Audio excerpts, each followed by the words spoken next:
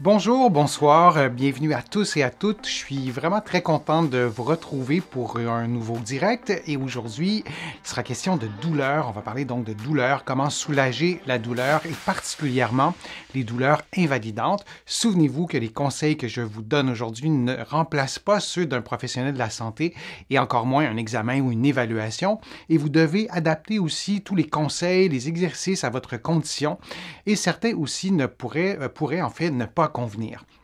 Vous allez trouver aussi beaucoup d'informations sur la douleur, les douleurs en fait, sur les douleurs invalidantes dans mes livres, notamment 99 façons de soulager les douleurs au dos et au cou et aussi Lève-toi et marche, le remède miracle existe et il est gratuit. J'avais envie de vous parler de douleurs invalidantes et de vous donner des trucs pour construire un programme d'exercice. Et j'étais comme un peu embêté aussi parce qu'une douleur invalidante, on peut avoir une douleur au dos, une douleur au cou, une douleur au pied. Alors, les exercices diffèrent, mais je vais vous présenter certaines catégories d'exercices. Je vais le faire rondement et vous montrer aussi des exercices et vous pourrez choisir d'autres exercices. Vous allez en trouver beaucoup sur ma chaîne, des programmes d'exercices en temps réel. Par exemple, on les fait ensemble. Alors, parfois, je sais que ça motive certains internautes de pouvoir les faire de cette façon-là. Alors, la première catégorie d'exercices, les exercices de respiration. Lorsqu'on a une douleur invalidante, inévitablement, notre respiration, elle est changée. Les muscles de la respiration ne travaillent plus comme ils devraient travailler et de se réapproprier la respiration, ça a un effet physique. Par exemple, le diaphragme, qui est le muscle principal de la respiration, s'attache au bas du dos.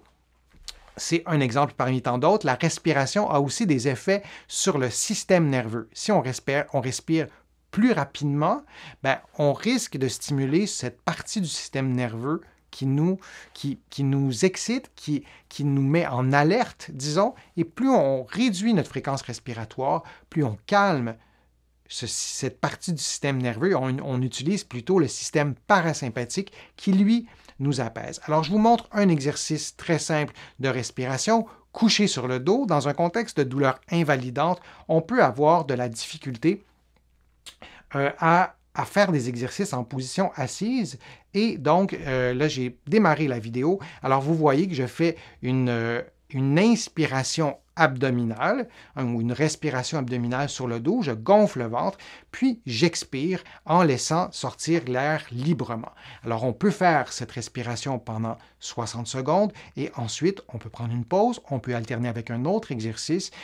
Tous les exercices que je vous présente et les principes d'exercice, les catégories d'exercices, il n'y a pas d'exercices qui doivent augmenter votre douleur ou la reproduire si vous n'en avez pas à ce moment-ci, mais c'est vraiment des pistes de réflexion pour avoir un programme d'exercice qui est plus complet et qui vous aidera peut-être davantage à calmer la douleur. Alors, la respiration abdominale, mais on peut aussi faire des exercices respiratoires en position assise. Alors, si je démarre la vidéo comme ça, vous placez un ballon derrière le dos, dans la région lombaire, et vous respirez en gonflant l'abdomen et aussi en exerçant une certaine pression sur le ballon par la respiration. Vous ne poussez pas avec votre dos dans le ballon, mais vous inspirez en gonflant l'abdomen, mais en gonflant toute cette région du corps. Alors, vous devriez sentir une légère augmentation de pression sur le ballon. L'idée, c'est de respirer lentement, profondément et peut-être en allongeant la durée de l'expiration et en réduisant évidemment relativement la durée de l'inspiration. Et plus la durée de l'expiration est grande, plus on sollicite le système parasympathique. Alors, des exercices respiratoires, c'est intéressant. Des exercices de mobilité articulaire.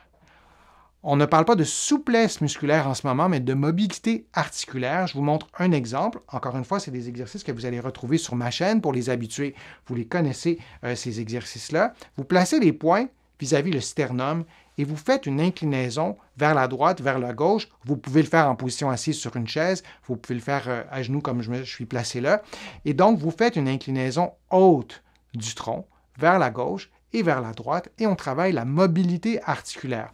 Bien sûr, les muscles sont stimulés aussi, mais on est vraiment dans l'articulaire lorsqu'on fait cet exercice-là. Vous pouvez faire 10 mouvements à gauche, 10 mouvements à droite, vous pouvez alterner, et ensuite, vous pouvez faire 1, 2 ou 3 séries. Dans un contexte de douleur invalidante, vous allez faire ces exercices au compte-gouttes. Vous ne ferez probablement pas d'exercice pendant 30 minutes.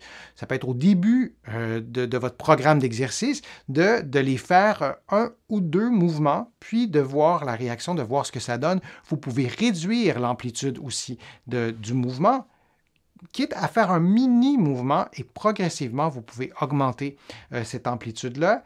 Je vous montre aussi un autre exercice de mobilité que vous avez déjà vu sur ma chaîne, un exercice combiné.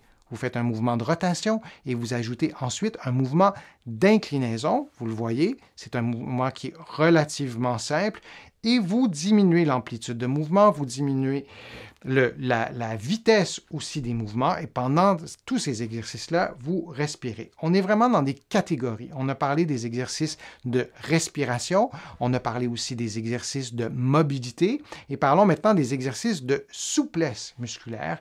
Il y en a aussi plusieurs. Je vous montre un exercice de souplesse pour les fessiers. Alors, en position assise, vous pourriez le faire coucher sur le dos, la cheville sur le genou, et avec vos mains, vous tirez doucement, gentiment les genoux vers l'épaule opposée, comme vous voyez en ce moment à l'écran. Vous gardez la position pendant quelques secondes et vous faites l'exercice, évidemment, de l'autre côté. Vous pouvez probablement vous imaginer que vous pouvez faire exactement la même chose, mais couché sur le dos.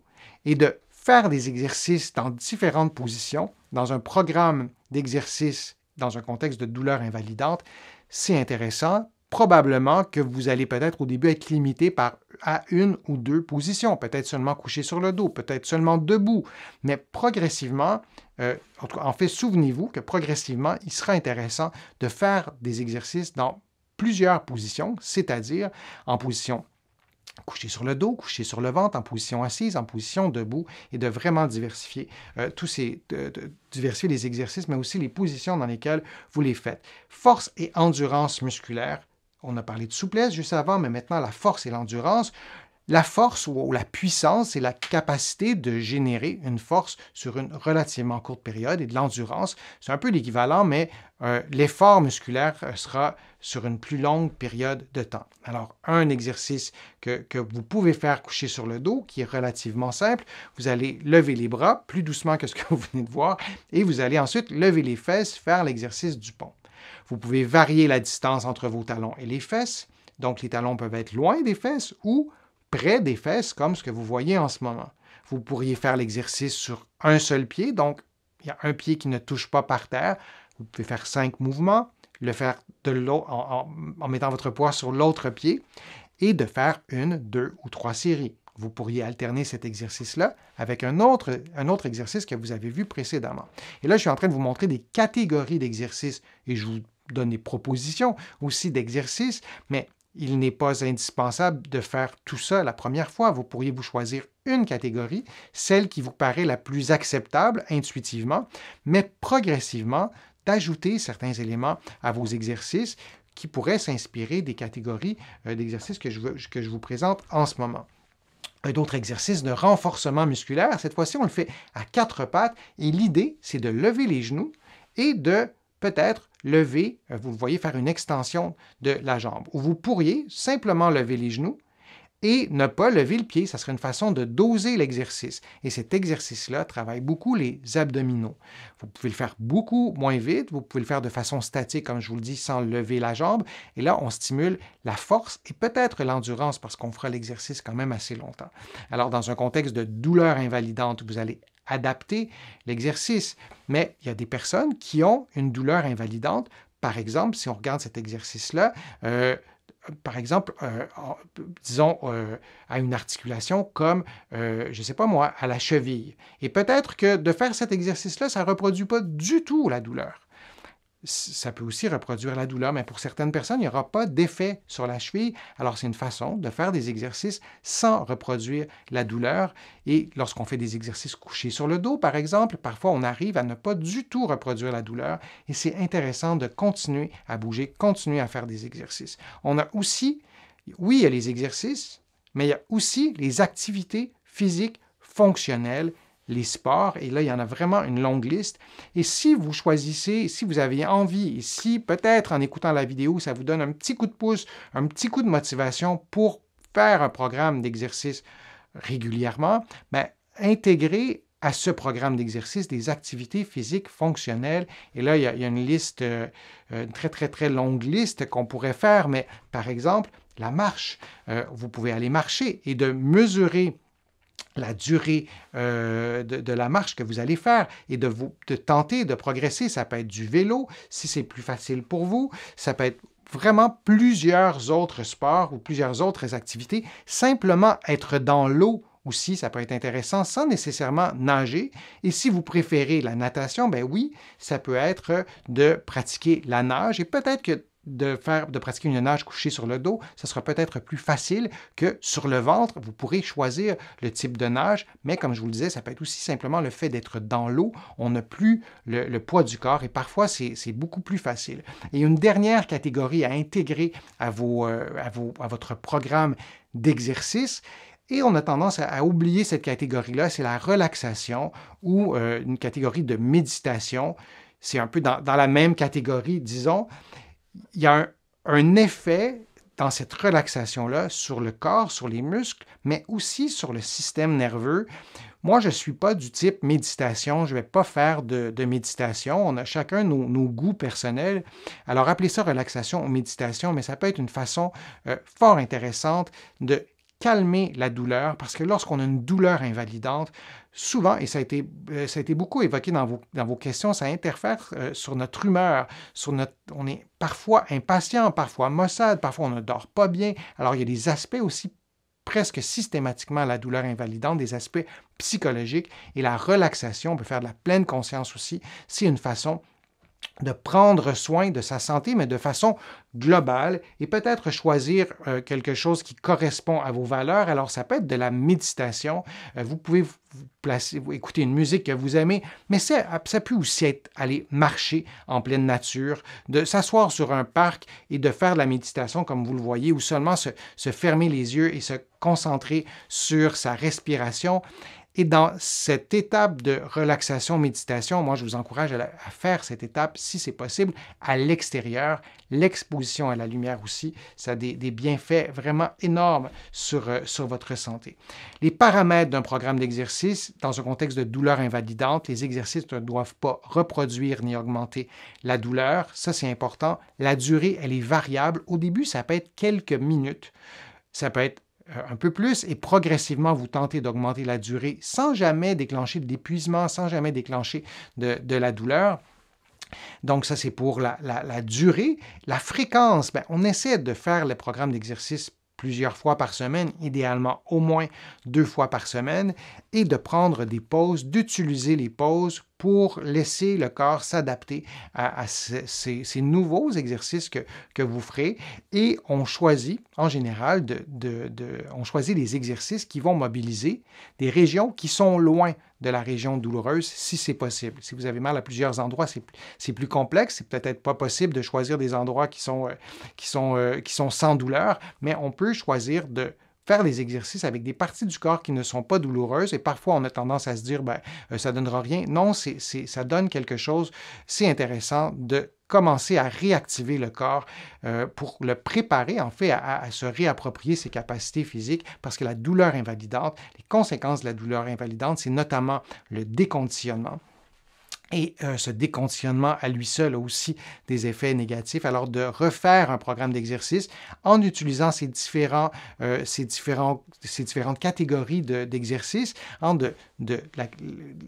les exercices de respiration, les exercices de souplesse musculaire, de mobilité articulaire et les autres que je vous ai présentés aujourd'hui, de ne pas oublier les activités physiques fonctionnelles et la relaxation. Je pense que tout ça peut vous aider à en finir avec la douleur invalidante et je vous invite à aller voir chacune de mes vidéos qui est peut-être spécifique au type de douleur que vous avez ou à la région du corps qui est douloureuse chez vous en ce moment.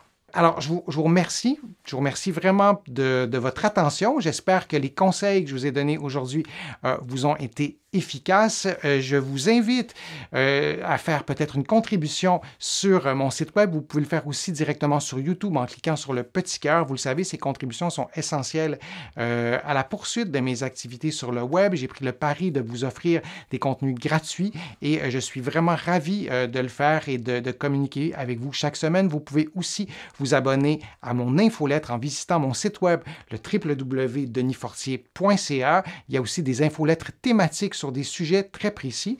Vous allez trouver aussi beaucoup d'informations dans mes livres, notamment mon livre Lève-toi et marche, mon livre aussi 99 façons de soulager les douleurs au dos et au cou que vous allez trouver partout en librairie, ici au Canada, mais aussi à la librairie du Québec à Paris, de l'autre côté de l'Atlantique, et sur certaines grandes chaînes aussi de librairie. Vous allez pouvoir mettre la main sur mes livres. N'hésitez pas à commenter la vidéo, à cliquer j'aime, à la partager sur vos réseaux sociaux. Ça me donne un bon coup de main aussi pour continuer à vous offrir différents contenus.